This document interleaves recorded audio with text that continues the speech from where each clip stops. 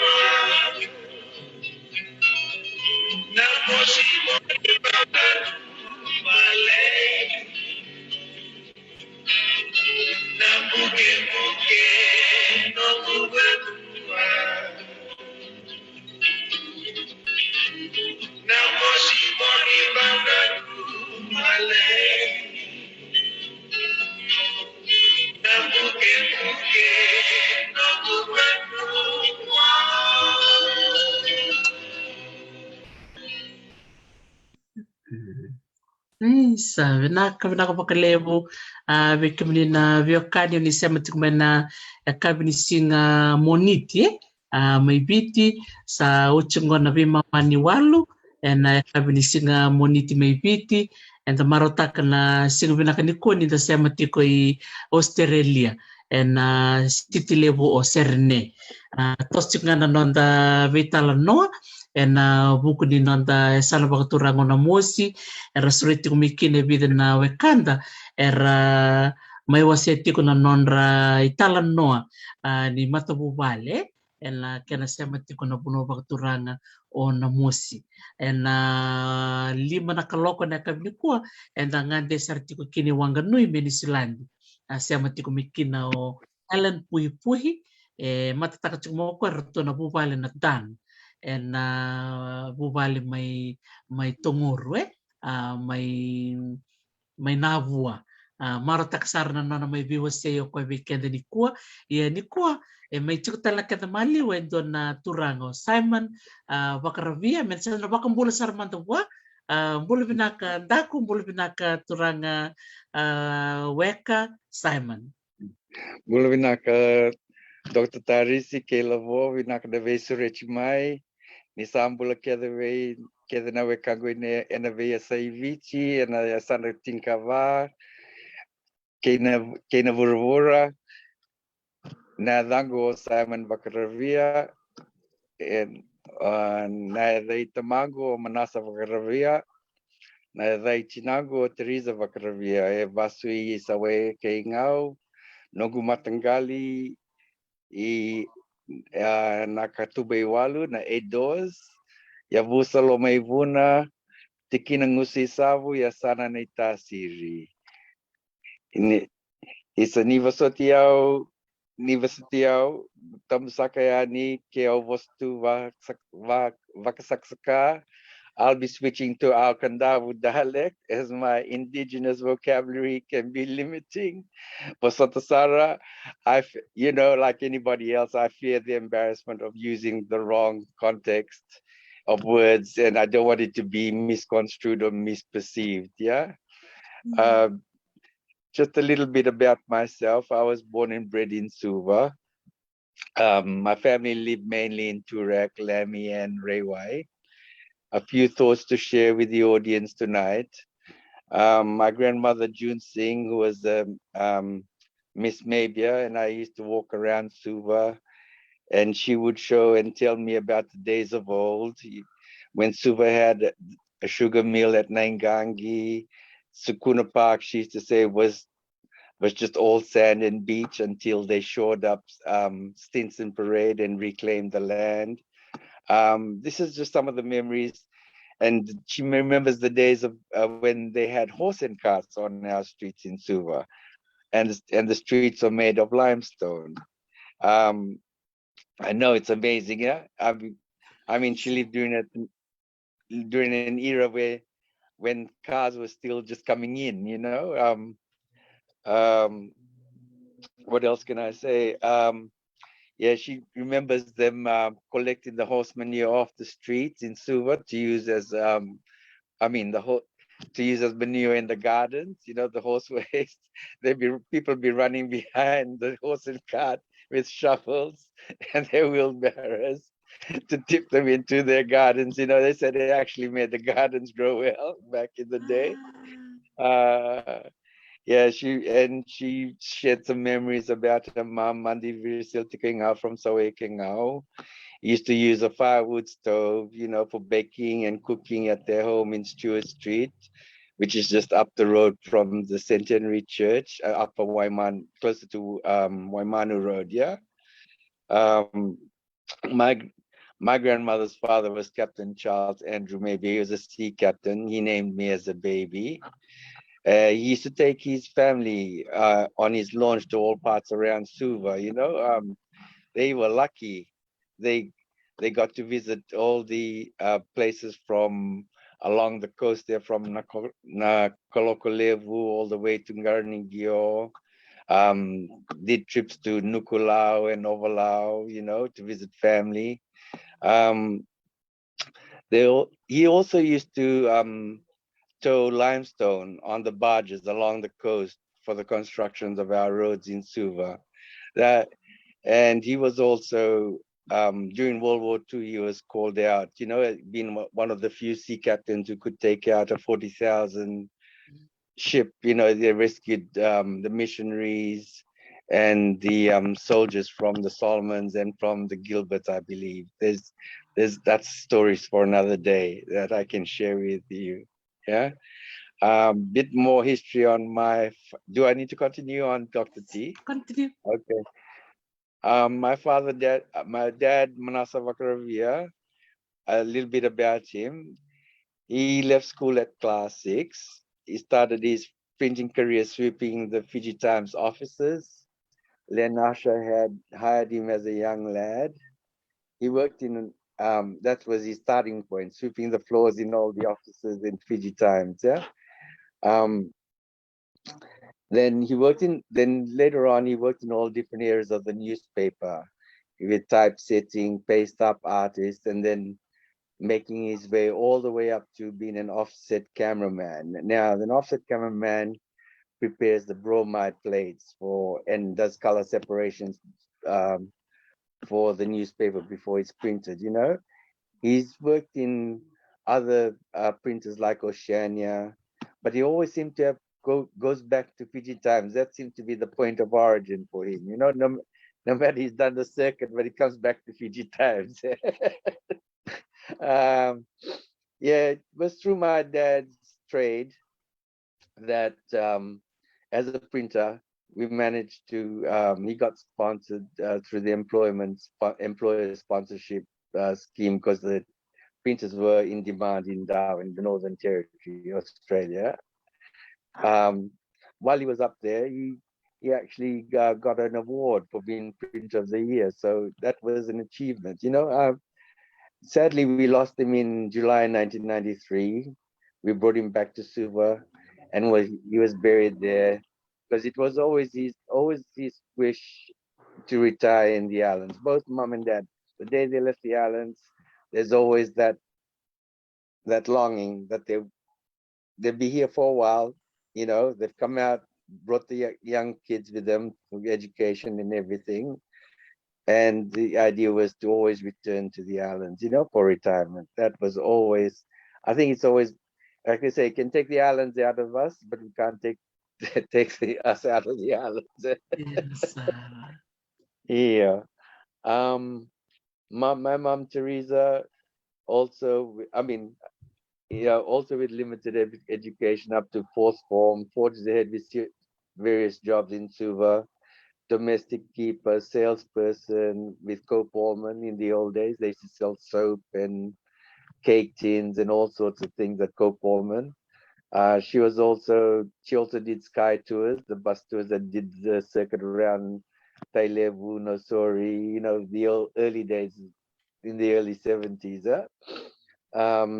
Also was a supervisor for Hotel Suva and held other administrative posts in a few organizations there in Suva. Mum managed to complete courses in journalism. She worked at Fiji Times with dad at one stage, and also completed a cert in business administration. I just believe, I believe it's been their hard work, struggle, and determination of my parents that have led me and my family to where we are today. It's been, it's no mean feat. Huh? The thing what I can, dad with going only up to class 6, how do you recognize words in print? Just that he just broke through the barriers of learning and experience in the printing industry. It's just amazing. If you, like I say, if you put your mind to it, read, and mom did a lot of reading, so I think in their days, people could do things like that, and whatever jobs you could get to get the experience, and then from there you just propel, I guess, yeah. So just through their sheer hard work and struggle, and it's an example to, us, the younger generation, in big steps to follow. I think Yes. we were lucky. We didn't have to go through a lot of that struggle, the education levels and everything that they provided us, we never had to go without. Hey, I can imagine back in those days, if wages were, they were low, but they still managed to survive and, and do well. And hats off to them, like all of even our grandparents, I believe, it's been that everyone has a story to tell. Yeah, Yes, and that's something, Simon, I really like about this program, that I've my family and I've created this platform is for that particular purpose, just to invite people like this and just tell them no for 30 minutes, 45 minutes, and look, just even now, both of us doing the talano, so many people are connecting, and even Sulita and Dungu Bulibinaka Sulita, it is what Sulita just said. Those are treasured stories, should be captured. Thanks for the stories. Kila? Menanga talitaka Simon, nakavakalevu Sulita. I really like what you just expressed earlier on about your grandmother. Remembering the Nengangi, which is now the old mill cottage today. Yes, Simon. For me, I remember the old mill cottage as a restaurant where we go there and have lunch. And I remember there's a big, like a cement remnant of the mill. So interesting. Would you like just to share a little bit about that part? Yeah, because my grandmother used to work in the old Silver Boys Grammar School. It was the EDP department for Fiji government.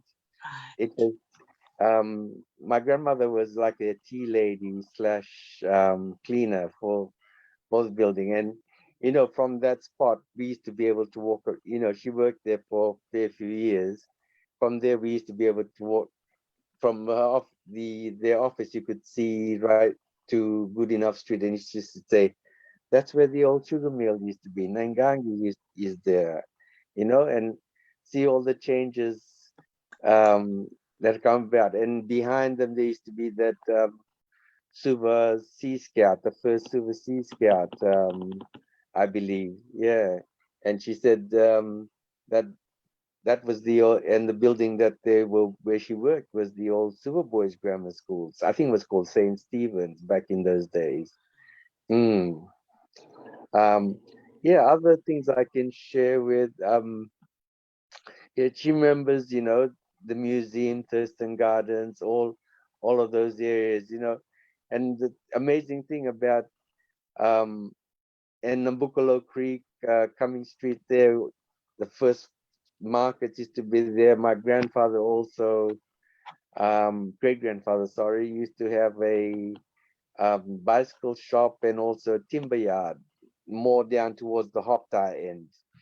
But yeah, in the old days, yeah. And you see some of the old photos, you'll see a lot of them also came in boats along into Nabucolo Creek. It's just those memories that they shared, and what I can remember from, my stories and our trots around Suva is what what I treasure. It was just those, and somebody who also, another person very prominent in my life, take me to the library, made me join, read books, learn how to swim at Olympic pool. Kailangan itong mga susumay Suva. We don't have the natural currents like the rivers to teach us to swim in Suva, in Olympic pool. And she mentioned the Olympic pool in the old days was called Suva Sea Baths. And I believe at one stage the locals weren't allowed to even swim in the Suva Sea Baths until it was fought for in legislature with Andrew Dioki and I believe he somewhere in the late 60s, say 68, 69, or somewhere around there, when they finally let us locals to go and swim at Suva Sea Baths. I mean, it's just those stories when they tell you, you can't picture it then, like you took it for granted. We could go in at any time to swim. Yeah, I mean, plus we had Silver Point. We used to walk to Silver Point from Railway, taong bale, school holidays. Sa hindi mo ang motaka, ang bus, sen, taong bale sa ranga. Ko shortcut through come along Grantham Road there, shortcut through Sada Trading. Ladal Bay Secondary School wasn't built then. Ito tombal nga baya, makanduag. Na pointy, lengunumbu, setole Sicily Green Water right there. The maritime studies. That used to be our holiday treat. Things that cost nothing. Yeah. Nangonaya. Yeah. So much fun. Yeah. So much fun. I mean, I these days we you see the young ones, they spending more time indoors, playing their video games. It's just that I wish they had that same experience as we had when we were growing up. Yeah. Nasarangay. If I can read a comment, Bolivinaka Weka Vilame Mastavili, Wangalevi, he mentioned here, I remember Cope Allman as a child. The fact that Sukuna Park was a beach is news for me. So there's that the reclamation of that part there. It was all sand and beach, according to my grandmother. All sand and beach. And I think later on when it was reclaimed, then you had grass grew and all that. And then in much later years, the fountain came about, and all the other features to Sukuna Park. I mean, for me, I couldn't even picture it. We still have some of the old buildings around Suva, like the old town hall. That you still got those beautiful colonial structures that still exist in Cumming Street. Di nasaranga. Even now that you're talking, you're reminding me of John Apted. I know most of us are friends with John Apted on Facebook, and I love his posting when he puts up all the historical photos of what the buildings used to look like and what the building is today. And he shares a lot of the pictures, and people share their memories. So maybe I might invite John Apted. So if anybody knows John Apted, just warn him that he'll expect an email from me, because he's got some really good memory. Just when I hear you speak, I remember him also sharing some of his memories about Suva. So it's really lovely, that this kind of programs is a good opportunity for us to hear your story, Simon, but also those who are listening in are sharing theirs as well. So it's a sharing opportunity. Boleh vinaka Madam Maria Moto, don boleh vinaka Medisilandi, don boleh vinaka na veiwekani Tautikon Randra, boleh vinaka sa kusa sorobi, mutu boleh vinaka may Viti, vinaka vakalevu na siya matikumay na nerobita lanoa kay Simon Vakaravia, siya masar chikumay may Australia. Nakapalip saranda. Yang kontor sarna retarayan na sona kao na numa member leti na mosi au kla no no se dorbole le kina ondo no numa na mundo ngande kina rani tal no takamanda. Can you just share that memory of Namosi kerkerenda? It's my wonderful memories of Namosi is when we went to visit Nana, Grandma Ella Lilo's cousin Lionel Danford and his wife Janie at Rewanga village in Navua. We just dropped by to have a look see. Kilanga Sasaga with the tourists. They're going up to the river to the waterfalls for whitewater rafting and river tubing. We were entertained in the large mbure that had just been renovated for the tourists. Was for the river tours operations. They had their Sevu Sevu Yangwana ceremony, the welcoming ceremony, the mekes, the lunches. Yeah.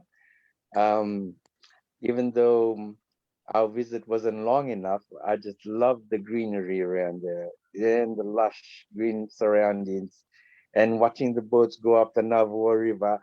One of these days when I go back home, we will come and visit more places in Namosi and around Fiji. What say, Ndaku? Indon nusaranga. God willing, yeah? God willing. Sadira saranga the most saranga vakalevu me and dollar na boda may Viti and the menangande tale ngande tale Viti. Vinaka vakalevu no muda men na bubale na Danford. So to all the Danford family listening in, really want to acknowledge them too, the connection to the Mosi and the Lilo family. Would you like to share a little bit more about the Lilo family, Simon? I believe Nana's cousin was Ratusimi Matanitumbua. I think Ratusuli's dad, yeah? From what I remember our conversations with her. Well, I know she's always mentioned the Danford family as being her family and their connection to the Tuinamosi clan, yeah? What else? Yeah, I think that's a beautiful connection there in terms of the hospitality of the Tuinamosi and his family to accommodate all the people that came in the early 1800s, in the mid 1800s. In this afternoon, when I was speaking to Helen Puhi, he was talking about his great grandfather from the Mr. Dunn, who was also involved in the what do you call the hiring or the recruiting of people to go and work in the plantations. It's true. Yeah. That's wonderful. Our wonderful, colorful history. Yeah? I mean, there's a lot to celebrate. Yeah, with our history. Yeah, Di na todo. Sabi na kapag look forward when the COVID-19 goes away and when we can go back to support the river tours operations with the Danford family and the Lilo family, and we can be able to bring back what they're needing right now to support the Yeah. amazing venture that they have. So I think for those of you who are listening in, if you're traveling over to Fiji, make sure you go and visit I think it's called the Jewel tours, eh? Tours, Uh, that, tours, yeah, of or river tours, yeah. river I think tours. river tours, I believe. Hmm. Dear So Nasara, beautiful. yes. And it's just beautiful watching the boats gliding, through that Ah, Navo River, and we're just standing there at the landing watching them, disappear out of sight as they head up. Next time, I said, next time, one day, my father will do that. Nasara will go after Indinidawe, eh? Yeah, because you have nomu and Nukusere and all those villages further up after Dina, river. beautiful, eh? Yes, Very sir. beautiful. And I think even the Navo River has so much history. Eh? Dina. If you go back in time with the wars that were happening and the tribal wars and between Mm. Serua and Namosi and the people of Deumba, fascinating to hear. Last month we were visiting Serua Everyone. province. Mm. Tikondranra Tau Dolvina Dolandravi, he's listing in from Serua. They Mm. and really enriched us with so much stories that most of Mm. us didn't know about. Yeah, Uh, I must admit, I missed out on a few of your episodes. I'll have to go back and eh, rewatch them. Yeah, and I mean, sorry. it's all enriching without knowledge and history. Eh? It's all part of our Yes. culture. Eh? Di Dina. na That's right. saranga, di na todo Mm. ko isa. So tau ti konranra, all the very best tau ano ni binaka no mongoli overlaw because they with this border that was in between blocking everybody, now it's all open, so now he can go and visit his family in Overlao. Paano ni binaka tao na no mo sokowasa ki Levuka. Okay, so Dina. so now we can go to the next question about your academic studies, Simon, from your primary school and going up, even going back to kindy. Would you like to share it with us? Hey, sir. As far as I remember, been brought up in Turek, so I think mom and dad got me into the Dudley Methodist Church Kindy. We had Mrs. Maguire as our kindergarten teacher back then, and very nice lady. And guess what? I got taught by Mrs. Maguire's son, Leon Kane Maguire. He was my professor for chemistry at the University of Wollongong. How about that? Wow! Small Amazing, world. yeah. Small world. Yeah. I mean, from Kindi, I did class 1 at Mrewanga Primary School, learned to read and write in Fijian, thanks to my teacher, Ditui. Then class 2 onwards to class 8, I continued at Maris Brothers Primary School in Batuanga, and then got into Maris Brothers High School in Kanikwila. After sixth form, brother Eugene had advised my mum to send me abroad to study. Even though mom said to me, where are we going to get the money from? His brother told her, you'll find it somewhere. It's best that three times mom went back to brother Eugene to ask, you know, he's the one who, I came out first in 83 here into Sydney. Then I did my year 11 and 12 matriculation at TAFE, Meadowbank TAFE. Sat there, New South Wales HSC, got into Bachelor of Science, majoring in chemistry at the Wollongong University of Wollongong. Yeah, met quite a few friends there, both, and we had quite a big contingent of Pacific Islanders in our group of people down there. They had a cultural center, a new cultural/heritage center set up for the Pacific Islanders. We used to have our island nights, and we had a lot. It was developing from those early stages, and I think as you find, there's a lot of Fiji students have been to the University of Wollongong. Then I finished from after graduating. I actually started work at Sydney TAFE as a teacher's assistant. You know, teaching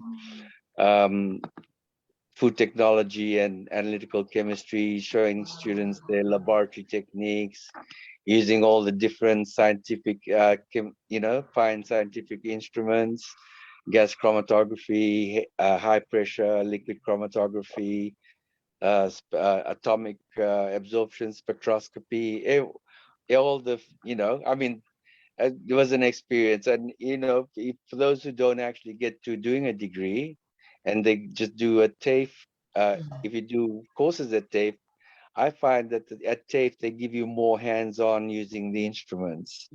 Whereas at university, it's more, I think it's, you use the instruments, but you don't get right down to the nitty-gritty, like the maintenance and operations of the actual instrument. So it's more hands-on in the TAFE environment. Yeah.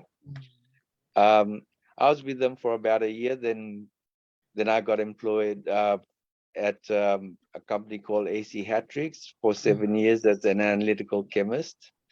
There I learned, it was a company that manufactured resins and emulsions for paints, adhesives, printing products, that sort of thing. Learned a fair bit there. We were a NATA registered laboratory, so now that's the National Australian Testing Authority. Yeah, they also, like a lot, as in any other job, you pick up skills along the way. They sent me out to do to become an internal auditor. As we audit our laboratories, that we're complying, with the NATA regulations. Yeah. Also with safety, environmental testing, all of that. You pick this up as you go along. Yeah. Then was promoted to becoming a supervisor for the analytical lab. But then I felt the four walls of the lab starting to enclose on me, and I thought, it's time to expand my scope. I need to go beyond just laboratory work. So that's when I took up the postgraduate studies in business administration at the University of at the Australian Graduate School of Management, University of New South Wales. Yeah. Here. So, and then we returned to Fiji in August 1995. This is after we lost Dad in 93. We thought it was time for us to come back home. I worked for a company called Best Industries in Drasa, Totoka. It was a timber mill. I was their finance and administration manager. I was just filling in for Alan Lee while he was selling off his business in New Zealand, the ice cream business. But we learned a lot about Fiji timber. Yeah, I mean, knowledge, you keep learning each job you take on, not only just the role that you hired to do is just the finance and then HR, business admin. You learn about the product, the timber. There are all of our different timbers. And at that stage, we were running out of things like Nakwa, then both Nakwa, Makandre, and Salsalu on the main island, Damanu was becoming scarce. Damanu is one of the important timbers we use for roofing. There was also things like Yaka, also Navaivai, I think the rain trees, they were also using to make coffee tables. We had a lot of orders, for Japanese orders for Nakwa, but we just couldn't keep up with the supply because the supplies on the main island then were depleting. We learned through the Department of Forestry, Eco Timbers, how they have like a 30-year plan, got 6 plots, and every 5 you harvest 5 years, then you move on to you replant, move on to the next one. By the time you do the 30-year thing, you come back to the first plot where you replanted.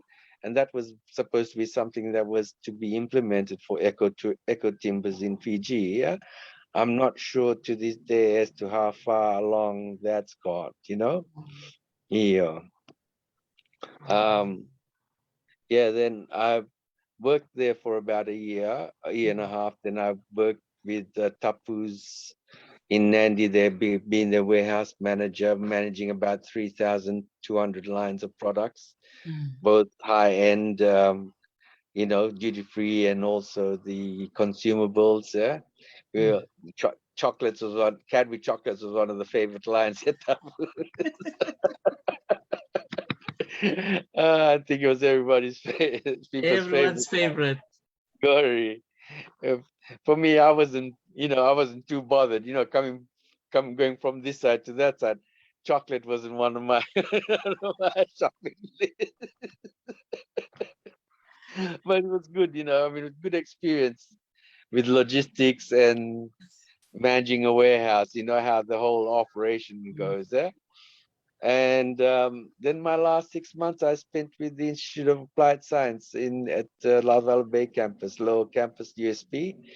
Um, Prof. Albersberg recognized me at that interview. He said, Simon, you remember when you came for your interview at Upper Campus? He said they were scared of employing you because you already had too much experience, and they thought you might come and try and lord it over them. They needed a boy that could Oh. attend. Avango, don't worry, Prof. As long as I'm back, I'm here now. Yes. And at IAS, we learned, did a lot of metal testing, and the environmental, coastal waters, our reefs, our rivers, the microbio testing from the hotel pools, their kitchens, all of that. A lot involved, yeah? And also our carvalactones, the testing for the carvalactones, which was in the early stages. Then they were doing it by HPLC and grade. And guess what, Ndaku? Guess where the best young gunner grade came from? Yeah. Kandavu, of course. Katavu kava. Sandina. Yeah, during the time when I was there, Kandavu was one of the highly sorted after. Mm. Mm. And they also had the herbarium in the same building, herbarium where they were doing such a good job with all of our, naturopathy, Fijian medicines, identification, classification, that I'm sure that's still going on till this day. I believe that building was donated to us by the Japanese government. Yeah, it's a beautiful part of the campus, at the lower part of campus. Then we used to come down for morning tea to the canteen there by the water, and then whatever we had left over, we're throwing into the water for the Coast Guard. Nangitawa swimming around. Sandina. Yes. All those memories, eh? Very. Sandina. Yeah. So yeah, my 5 years was up. I married. I had to come back. I was still carrying my Fiji passport and had my residency visa. 5 years max you could stay out of the country at any one time. You had to come back. So when I returned, we were just in time for the Sydney Olympics 2000. Yeah, yeah. So it was another new ball game. Things had changed on this side as well. I had to sort of, it was a new game competing. A lot of the what should I say? A lot of the chemical companies had been either been bought out, going overseas. Pharmaceutical companies too. So I was just lucky enough. I got called. I got a got to starting with this company called Ambry in Chatswood. Now, Ambry is a biotech company that was developing biosensors that targeted the critical care diagnostics market. Now, Ambry's cutting edge nanotechnology was being developed to carry out diagnostic/pathology tests in a 3 to 10 minute turnaround time frame. and the tests that they were targeting were things like pregnancy tests, like 3 different cardiac markers, hemoglobin, CKMB, troponin, and I think even SARS at that time, bird flu had come through. Now, just to give you an idea what that technology entails, it's a pure gold leaf layer. Then you have 2 biochemistry layers that behave like the cells in your body. They what we call a tethered membrane, and it's the sulfur bonds that come up from the pure gold. This is 99.999% gold, bought all the way from Switzerland. And we had something called a sputterer that used to sputter the gold onto these glass slides. And now, and on those sulfur end bonds, when they shift and the enzyme comes and bond, it's the change in the frequency that determines the concentration, and they can tell. And they had other things too, for like electrolytes like sodium and potassium. Could do. It was gonna be, they could test your blood, urine, saliva samples, all that done in 3 minutes. Imagine dropping like a cube of sugar block in Sydney Harbour, and then we take a sample of water in Sydney Harbour. We could determine the concentration, which is 10 to the minus 9. Right, that's why it's called nanotechnology.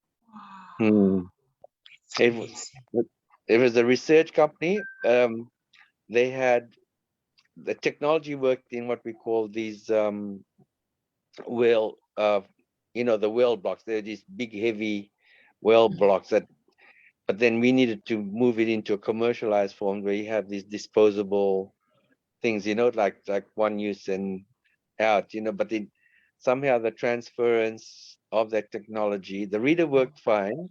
It was transferring the technology to disposable.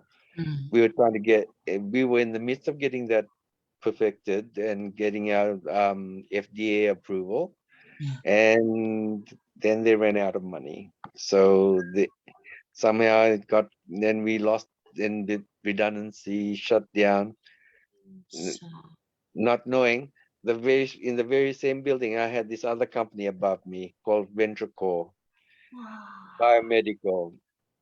So they grabbed me. Now, biomedical, these guys, Ventricore was making heart they call what we call the LVAD, left ventricle assist system. It was to assist people with heart failure. It's like another heart transplant. Lots to learn there, things like biocompatibility. The pump was made out of titanium, and inside that titanium encasing, shaped like a heart, they had magnets, and they had copper coils and magnets which acted as rotors where blood gets pumped in and pushed out. People with heart failure. Very interesting. We had those pumps. We had live pumps like that going in the lab for about 5, even longer years. Then people who were waiting for heart transplants, that was like the intermediate phase, or some people just preferred to live with it. You could have more portable battery packs that you carried as a shoulder pack thing, walk around, improve their lives. Again, we had been certified for Europe, all around Europe, Germany, England, or most Sweden, all of the European countries. We had the ISO accreditation. Moved over to the US. We were on our 100th patient when the global financial crisis happened. We went too big, too fast in the US because we knew the US was our biggest market. Yeah, lo chiquito, bankrupt Porto Gori. So then, and we were hoping that the government would bail them out. But now this invention for the heart pump. You remember Dr. Vincent Chang, the surgeon here in Sydney that did the first heart transplant at St. Vincent's Hospital? Well, that was his collaboration with the guys at Sydney University, the engineers at Sydney University, to come up with a design for that pump. Very, very interesting stuff here.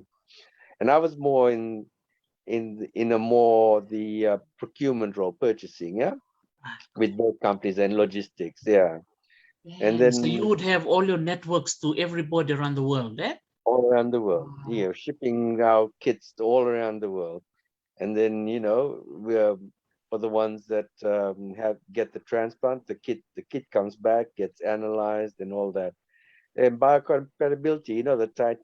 It's amazing the science behind it because the fact that we relied on lithium batteries charged to Mm. be charged and recharged to keep the thing going, they were gonna move into the next generation where your own body charge was gonna be able to power the pump itself. That was the next that was the next generation they were gonna head into here. In Mama, I mean, just a Boy. and in this last 10 years, I've started working with Transport for New South Wales. First with Railcorp, with managing all the rails and all that in a procurement capacity. Then we became a super agency called Transport for New South Wales, not only looking after trains, we also had roads and maritime services, ferries, all under the one umbrella. It's a super agency now.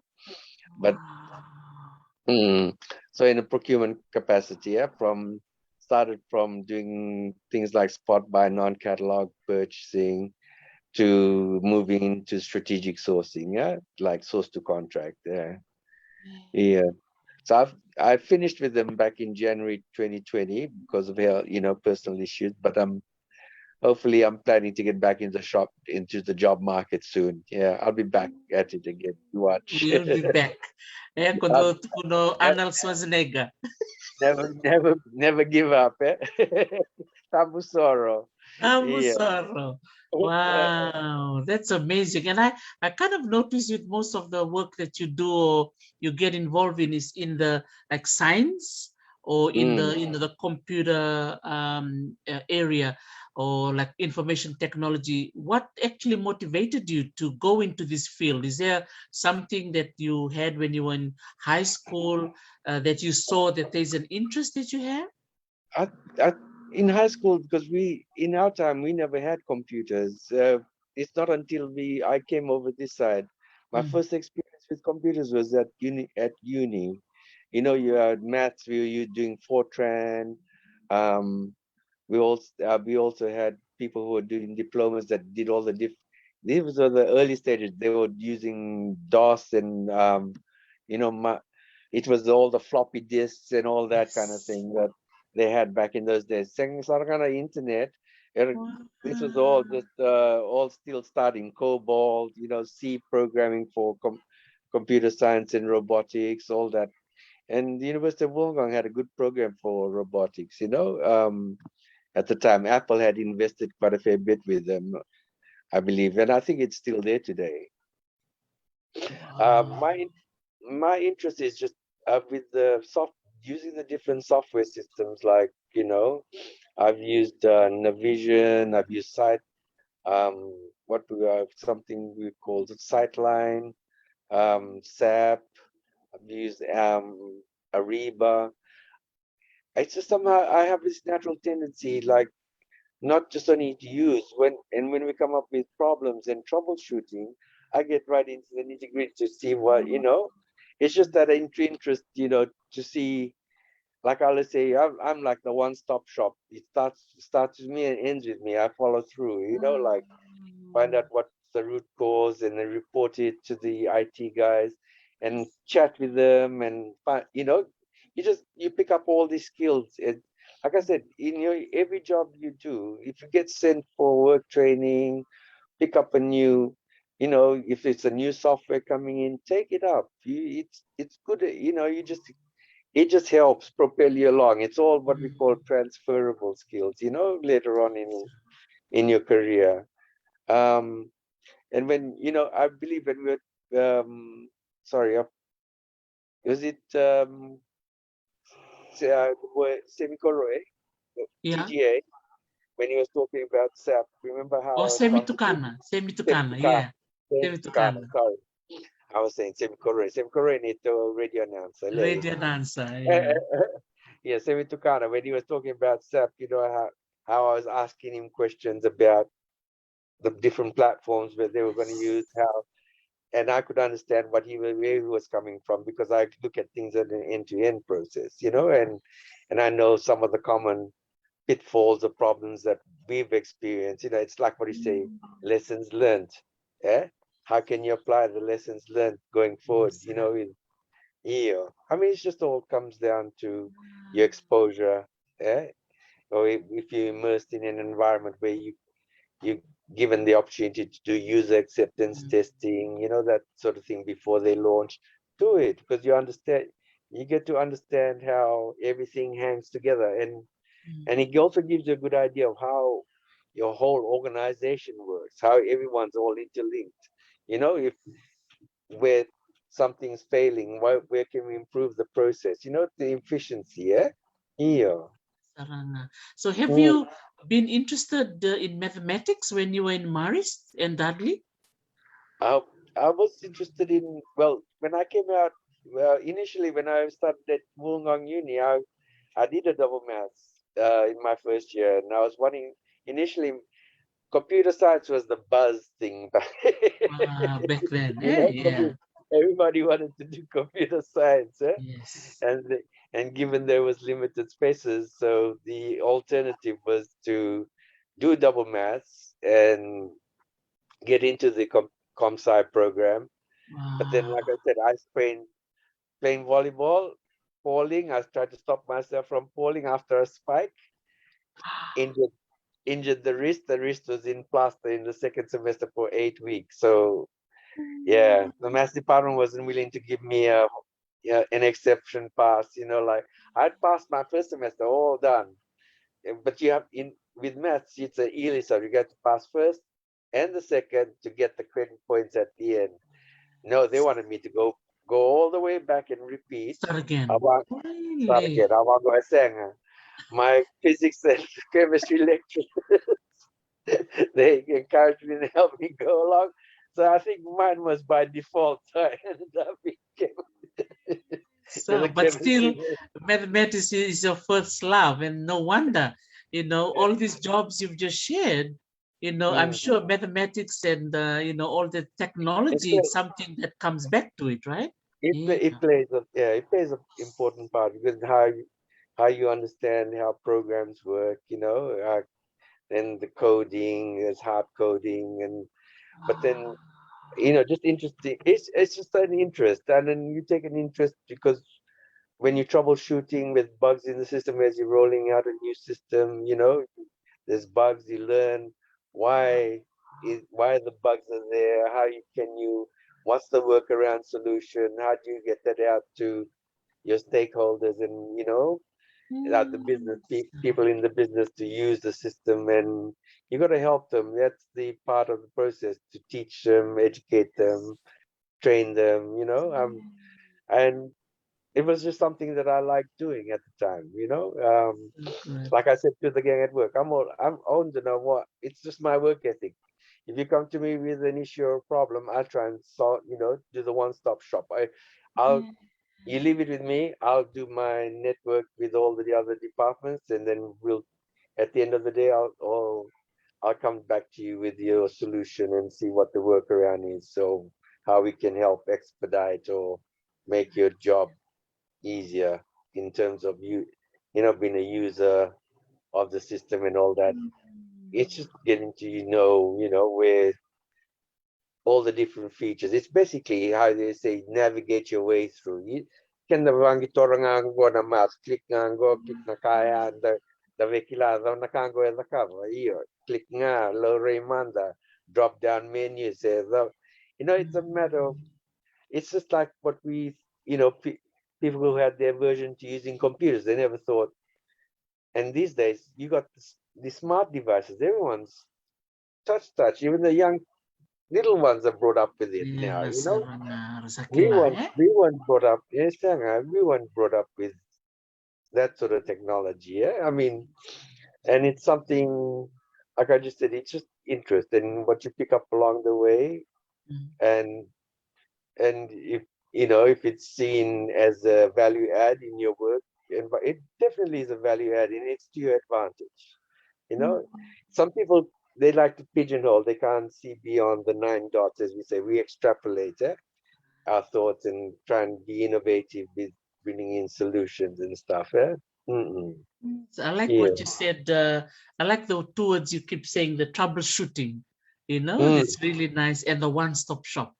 Yeah. So there are people like you, even those that are listening today, who are really enjoying the way you explain in your work, because this is you've opened up this opportunity where people who work in the IT sector, we can bring them on this program to share.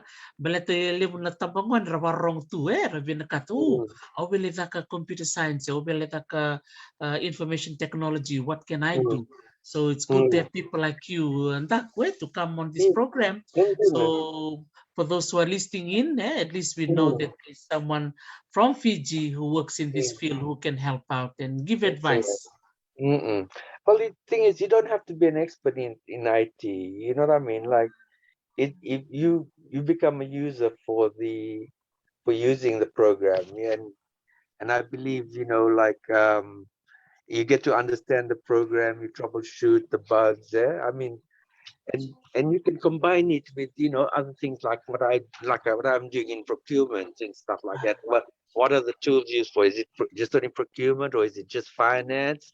But you got to know how all of that interrelates and how they all stitch. What we say, they all stitch up together at the end to give us the desired outcomes. Yeah. And I mean, and being able to help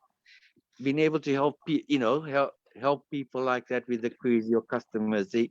Okay, maybe we know what customer service is. Yeah, we know what customer service is, and we know how to go out of our way to and I think it's offer just good that service. I think it's just our work ethic talanga.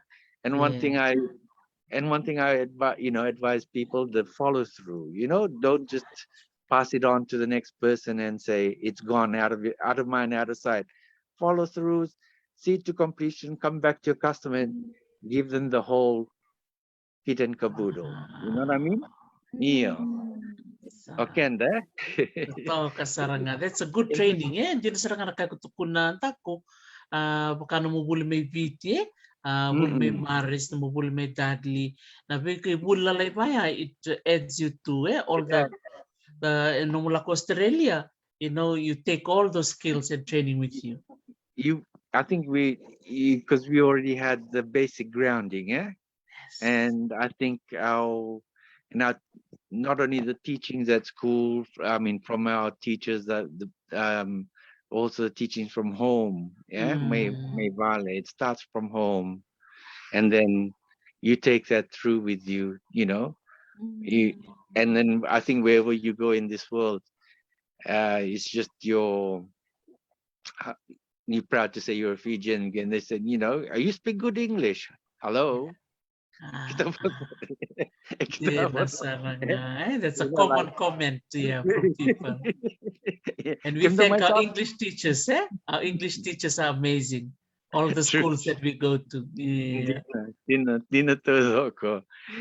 And sometimes they mistake our accents for South Africans, because the South Africans do have a very, I think they think our accent's posh, like when we speak.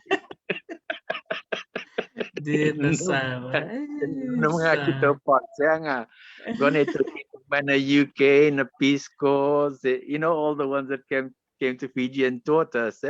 I mean, we all ever so thankful. We had some really brilliant teachers then. People who inspired us. It's just it's the mentoring. How it comes through. It comes through. I remember my sister-in-law, when she used to speak English, it sounded like British English. So a lot of people that listens to her or they say the Queen's English rather, Queen's Sorry. English. The Wrong, Queen's wrong binaka, and when she's Naka. speaking, a lot of people they keep wanting to listen to her. Nakena wrong, wrong binaka, the wuta binaka sarangai, the wuta binaka na bosa. Vinaka. Some people just have that knack for the eloquence of the language. You know how, yeah. O can the ya undo ve bixtak valelay nungu valelay nungu waswa viti valelay nungu waswa valang mixing aba atiang in the gendilewanga takao kaya chico. Sabi na valeu Sara. Na valeu go sa varong chukumin ko bitan na tambangon me pakaningon na bulang kay Namosi. What would be your advice to young youths of Namosi who are listening in terms of reminding them about the importance of language, culture, and heritage? What would be your advice to them, Simon? Yes, my advice to my fellow young Namosians, listening in. Thank you for joining us tonight. Is to listen. Never stop learning our culture and heritage from the older generation. While we still have them around and maintaining our language, this is our cultural and heritage pride and identification. For myself in particular, I will continue to learn like I do from Dr. T's platform, programs which has provided a wealth of knowledge. And it's a safe platform where everything can be discussed and for the enlightenment, and we continue to learn and improve ourselves from lessons. Like I keep on using the word lessons learned. Lessons learned, it's all part of the learning curve. If you can make a mistake. If you don't learn from that mistake, in other words, we're not learning. If we keep on, if they say lessons learned, and I said, and benchmarking ourselves against, the best practice. What's the, like I was explaining to you, how when we used to ask our elders questions, but it's that inquisitiveness and the thirst to learn knowledge. And I guess it's in we ourselves have got to also remember our approach. Like if we approach them anyhow, that's where they probably just get annoyed and say lakta. So you have to use a strategy to make sure that they meratalitak ng tataro. And the timing talanga, at the time when you're asking the question, if they're busy with important discussions, that's probably not pick the right time. When they're a bit relaxed and all of that, then you can ask them. I always think about that. It's perceptions are different. I mean, how you approach somebody. Some people come across as brash. Some are polite. You've got to find some way. What works. I tend to find that power, just the power to influence and understand, where they're coming from, put yourselves in their shoes, or vice versa. I think both generations can learn from each other, I guess. At the end of the day. Sabi na vakalevu Sara Dako Simon for enlightening us today. I just love the going down memory lane and sharing what you remembered from your bumbu and all of those that helped raise you to be what you are today. And most of the feedback that has come through has been so positive in the sense that you've reminded us to acknowledge our past and acknowledge the history, especially sharing about Suba and the memories of Namosi. And so all of us who are listening in tonight, just want to wish you all the very best with all the work that you do in Australia. And I hope you won't mind, Simon, if there are inquiries that will come through, especially those young ones who might want to come to Australia for study. Some may want to go to University of Wollongong. Some might want to do IT or computer science. If that's okay, we can direct them to you, if that's okay. No problem. I'm more than happy to help. And my advice to them is, don't just stick with one stream. expand it. You can use IT plus procurement, IT plus finance, IT plus, the more skills you add on, the more marketable and more, the more marketable you are on the market. These are all transferable skills.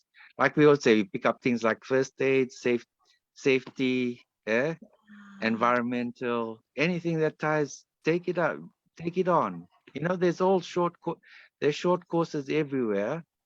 At the end of the, sometimes you don't see what the relevance is, but at the end of the day, somewhere down the track, it becomes handy, and your employer will recognize that. I mean, I'm not saying you have to learn everything in the world. I just say, do what you can within your capability. You have that realistic expectations. What your capabilities are, but you know what you can do.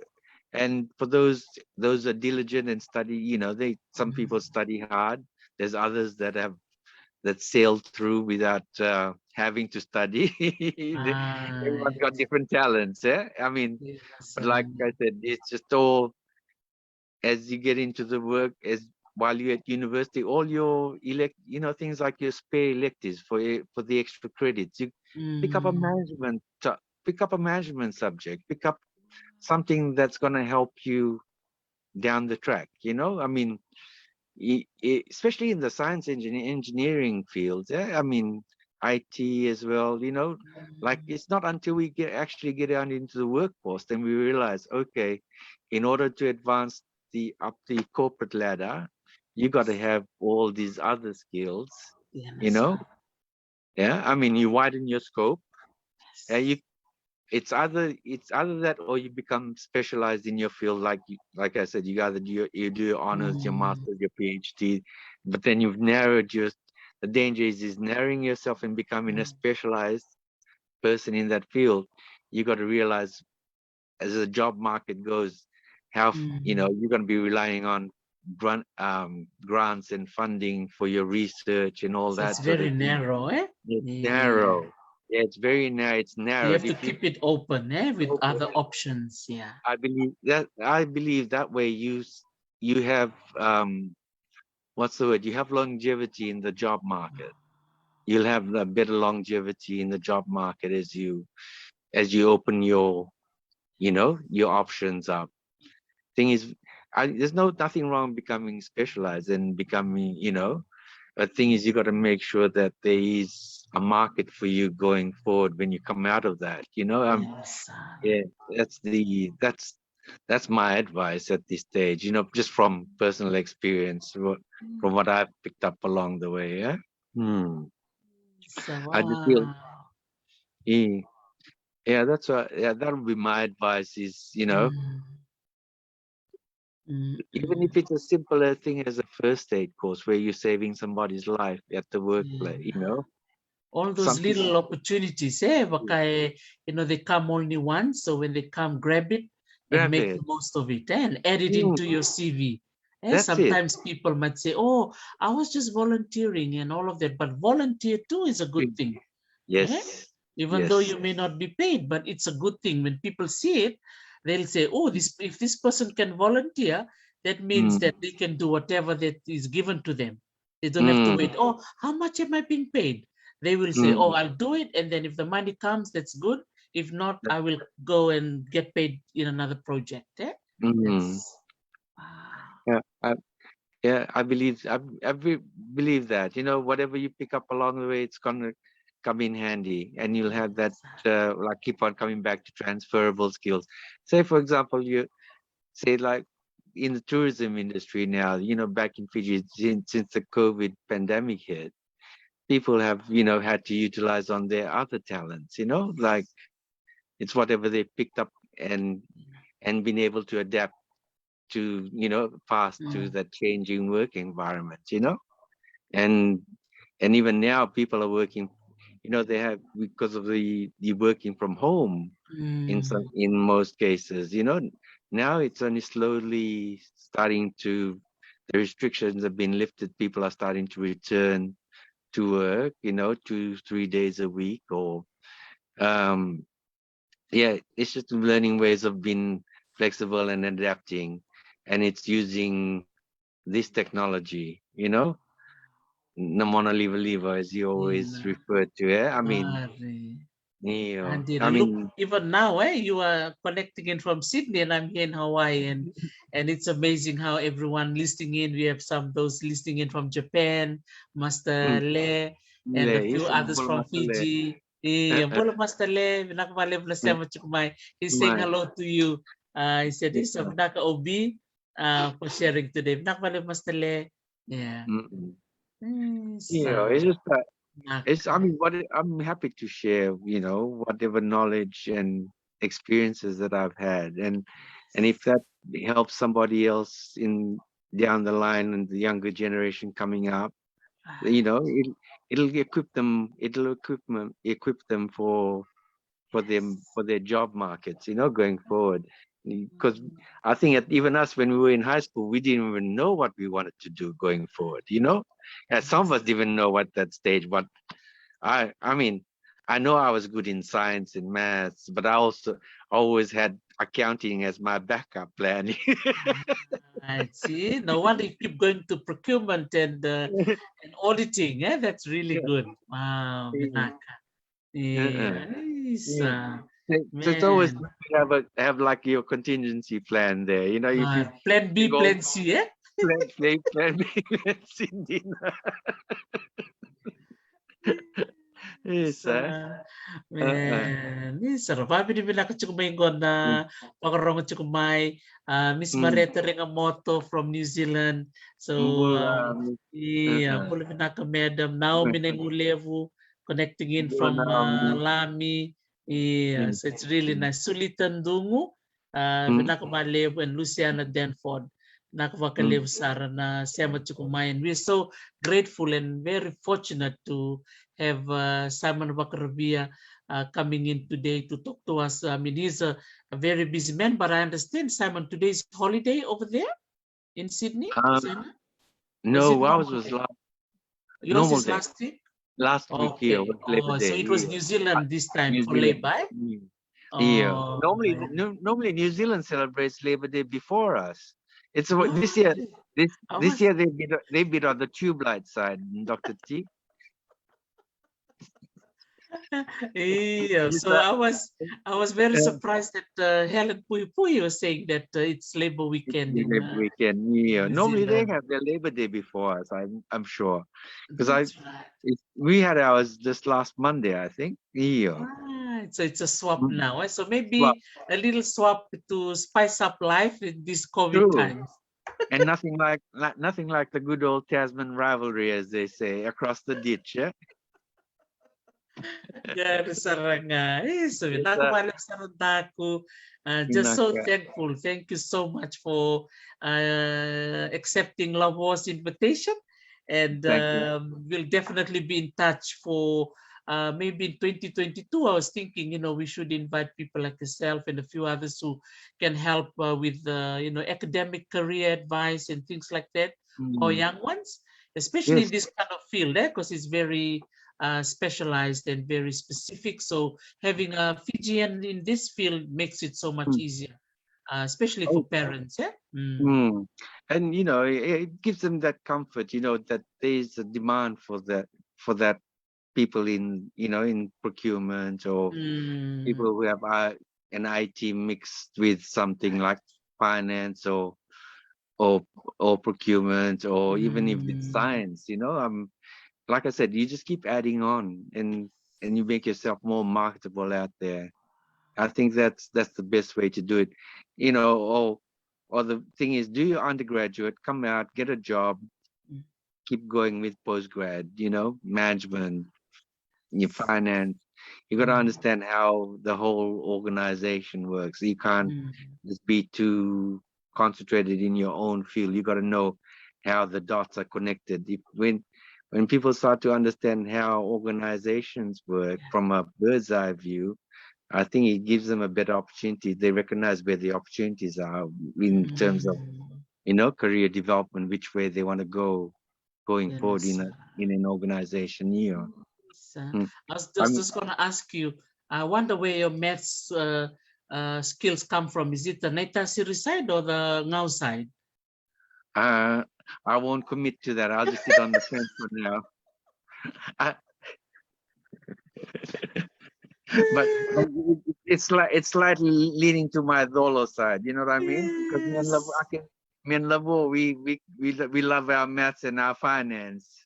Definitely, I agree to that.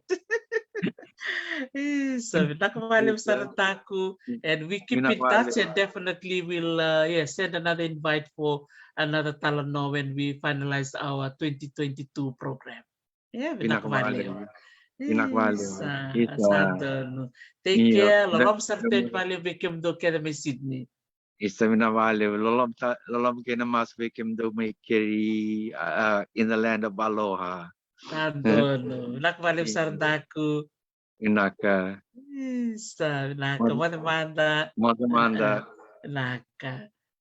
Sabi kami ni nawarong kumain da babi ni vinaka be Simon Vakaravia and anon solito na nangono may Sydney, Australia.